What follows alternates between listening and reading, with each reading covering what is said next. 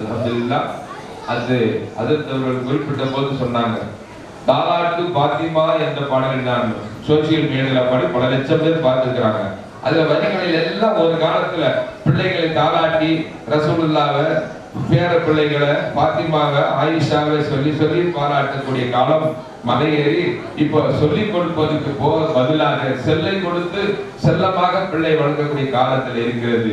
அல்லாஹ் என் பிள்ளைக்கு அறிவந்தா என்று தாலாட்டு, உலகில் அனைத்து செல்வமும் அடைந்து வாழ்கவென்று தாலாட்டு, ஹசன் ஹுசைனார் வழியில் வளர்க்க வேண்டும் தாலாட்டு, அலியாரின் வீரத்தை பெருக வேண்டும் என்று தாலாட்டு, அல்லாஹ் என் பிள்ளைக்கு அறிவத்தா என்று தாலாட்டு, கண்ணே மணியே கண்ணுறங்கு என்று நீ தாலாட்டு, இறைவன் கருணையால் நல்ல கணவன் வருவான் என்று தாலாட்டு, காசு வாங்கி உன்னை மணக்க மாட்டான் என்று தாலாட்டு, அவன் கருத்தில் அடுத்த பெண்ணை நினைக்க மாட்டான் என்று தாலாட்டு, அவன் கருத்தில் அடுத்த பெண்ணை நினைக்க மாட்டான் என்று தாலாட்டு, அழகு மகனே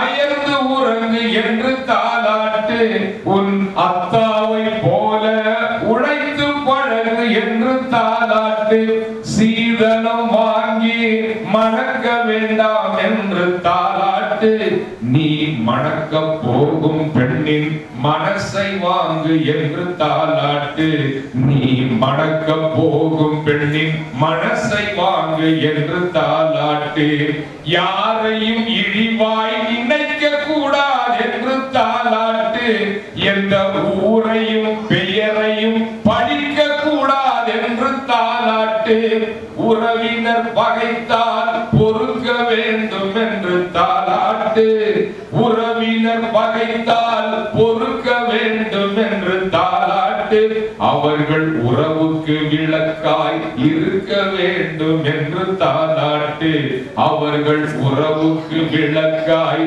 இருக்க வேண்டும் என்று தாலாட்டு, தாலாட்டு ஃபாத்திமா தாலாட்டு, தாலாட்டு ஃபாத்திமா தாலாட்டு, தாயே உன் பிள்ளைக்கு இஸ்லாத்தை சொல்லி தாலாட்டு, அது தருகின்ற வழியில் வளர வேண்டும் என்று தாலாட்டு, அது தருகின்ற வழியில் வளர வேண்டும் என்று தாலாட்டு.